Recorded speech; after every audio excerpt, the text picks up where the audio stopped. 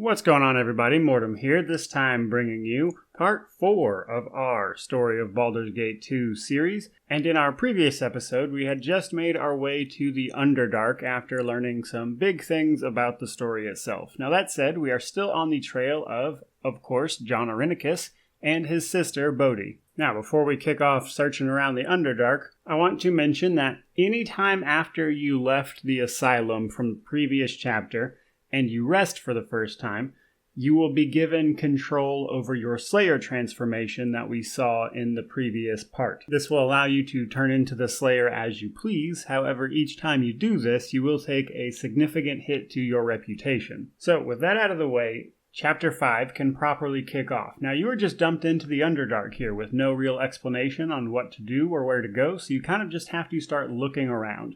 And because of that, this chapter can turn into a bit of a much more free-form experience than the rest of the game, honestly. So for starters, you're dropped into essentially the middle of 4 maps. Or 5 maps, really. So there is a map above you, a map below you, a map to the right, and a map to the left of the central map that you were dropped into. To the left, right, and bottom of this map, all of those are various layers of monster types. Should you go clear those out, you can potentially find items that will potentially help you later. However, you don't need them right this second. What we actually have to do to advance the story in any way is find and enter the dark cave on the central map we first land in. Now, if you find the dark cave, you'll notice that immediately you can't actually go into it just yet because there is an impenetrable blackness around it. So obviously we need to find a way past this. While we're exploring, we might just happen upon a gnome settlement or an under-gnome settlement. They have an actual name that is ridiculous and I cannot pronounce it. But we'll find this gnome settlement, and if you proceed politely, you can talk to them, and it kind of acts as a little outpost to do some trading and get some rest. However, you can also attack outright. If you arrive peacefully, they will direct you to their leader. Their leader, if you ask him about 2 people having come this way, Bodhi and Orinicus, he'll explain that they are likely in the Drow settlement nearby, which is the map to the north of us. However, going there would not be an easy thing to do. The leader of this gnome settlement suggests seeking out a creature known as Adalon. He won't tell you exactly what Adalon is, but explains that in order to get to it, you'll need a gem to pass through the dark cave. Now, the leader of this village proposes that you help him out with a situation, and in return, he'll give you the light gem to go speak to Adalon. Alternatively, you can just kill him and take it off of his corpse. However, should you choose to help him, he will direct you to a cave very close nearby, actually, where the gnomes were digging and actually stumbled upon something they wish they hadn't of.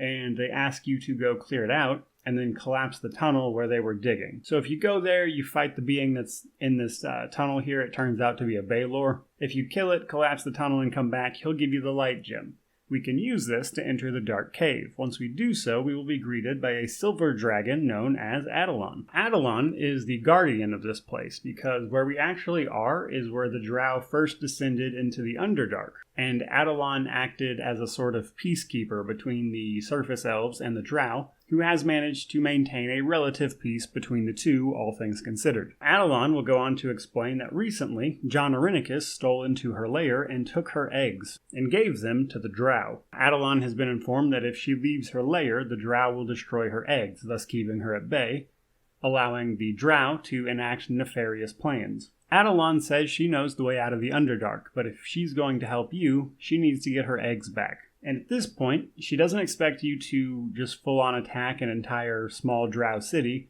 She offers to polymorph you into Drow to help affect your ability to go take the eggs. This is where things get interesting, because in addition to not telling you about this path initially, meaning you have to find all this yourself, the next part also is fairly freeform, because you get polymorphed into Drow. So in order to get into the Drow city, you have to basically play along and try to pretend to be Drow to the best of your ability.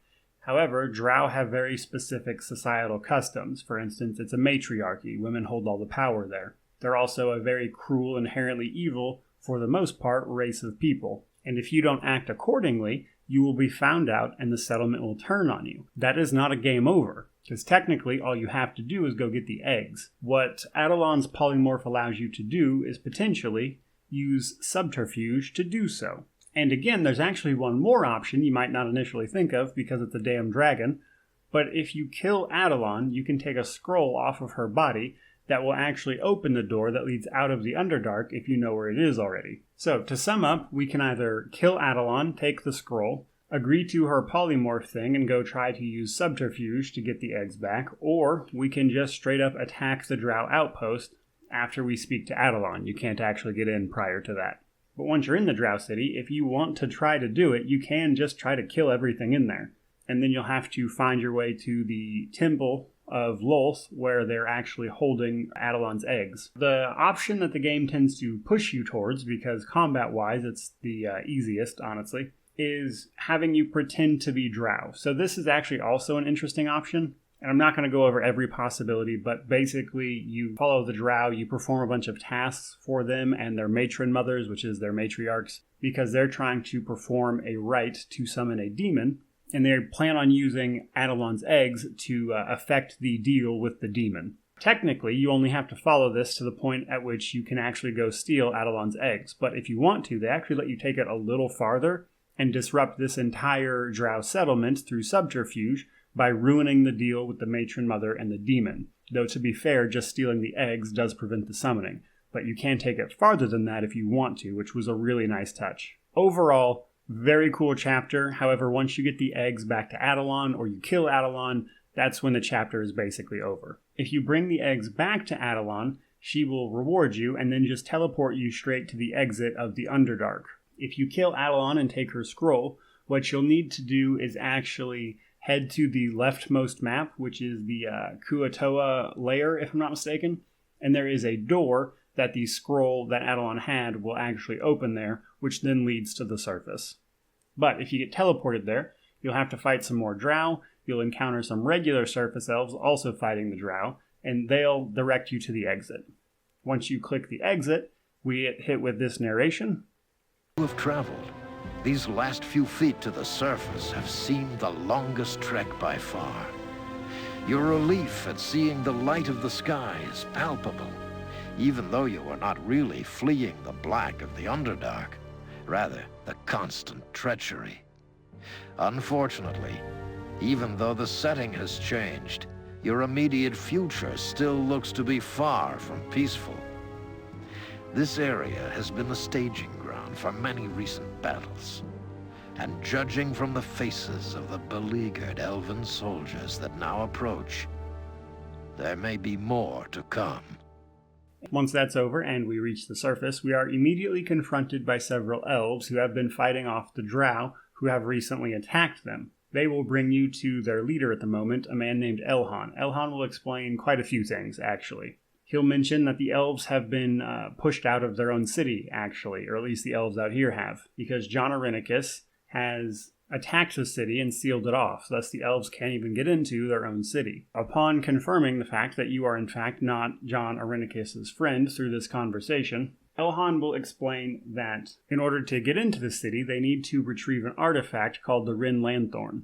This is an ancient lantern that will always guide the way to the elven city, and it will pierce any and all magics that attempt to obscure it. Upon Elhan giving you this information, you mention that the person who probably has this lantern is most likely Bodhi. For whatever reason, we assume that Bodhi went back to her lair in Athkatla, which actually turns out to be legit. That's where she is. So once we have all this information, and regardless of whether or not we want to help Elhan or how polite that conversation went, it's what we need to do to get into Soldansalar, which is the elven city. So at this point, we will travel back to Athkatla. On the way there, you will be hit with an encounter with Drizzt Do'Urden and his party. Drizzt, of course, is a famous Dungeons & Dragons character, and we encounter him here because he can be enlisted to help us with Bodhi if we pick the nice dialogue options. However, you can, of course, attack him outright. He, also like in Baldur's Gate 1, has great items on him which may warrant killing him. So, to be clear, you can recruit him to help with Bodhi, which is super helpful. And if you do so, he will meet you at the Graveyard District, where, of course, her lair is from earlier in the game. Now, once we get back to Athkatla, if we don't want to head straight to the graveyard, we do have a couple other things we can do here. If we sided with the Shadow Thieves all the way back in Chapter 3, we can report back to Aaron Linvale. We can kind of fill in the gaps about what happened, none of which is actually Aaron's fault. He didn't betray you in any way. However, he wants Bodhi, who recently returned to the city, dead because he can't risk her coming back to power, and he will then send some assassins to her hideout to help you finish her off. And while it might not be immediately obvious, if you go to the Order of the Radiant Heart in the Temple District and appeal to the paladins there for help, they will also send help to deal with the vampires below the city, as that's kind of their job. Nothing really points you to that one, you just kind of have to know. Now, whenever we're ready, we can head down to Bodhi's lair in the Graveyard District. I do want to mention, if you sided with the Vampire Guild all the way back in Chapter 3, it doesn't really change anything here. This plays out basically the same way, except it won't be possible to recruit Aaron Linvale's assassins for help here, because of course Aaron Linvale will be dead. Now at this point, we just have to clear out Bodhi's lair, make our way to the basement level where she is. We will fight her with any assembled allies. Bodhi will also give us a little bit more information. That information being that apparently her and John Arenicus were elves in some capacity, that they are attacking that elven city because they feel they were slighted in some way. Bodhi is short on details, but she places a lot of blame on the elves of the city as well.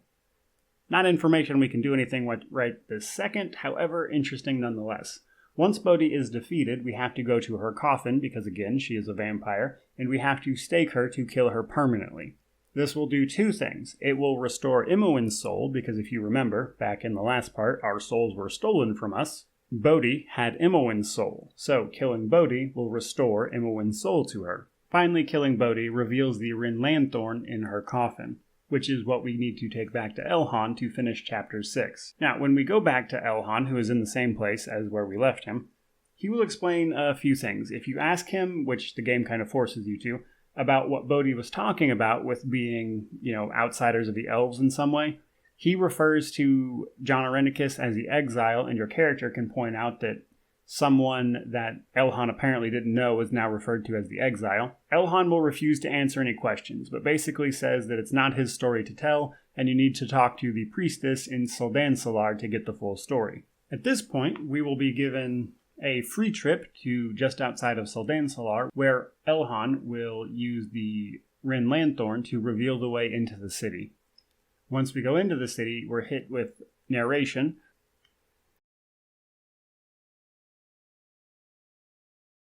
Guided by the light of the Rin Lanthorn, you pass effortlessly through what had seemed an impenetrable wall of trees. The city that greets you as you emerge is at once inspiring, but also profoundly troubling. For amidst the majestic architecture are dozens of bodies, elves that have fallen while defending their home. Soldansalar is in the grip of Irenicus and his minions, and it will not be relinquished without a fight. And so begins Chapter 7, the final chapter of the base game. But that is where we're going to leave this part for today. I hope you enjoyed the video. If you did, please remember to like, comment, subscribe, all that YouTube jazz. But truly, just thank you so much for watching. May you wander in wisdom, and have an amazing day.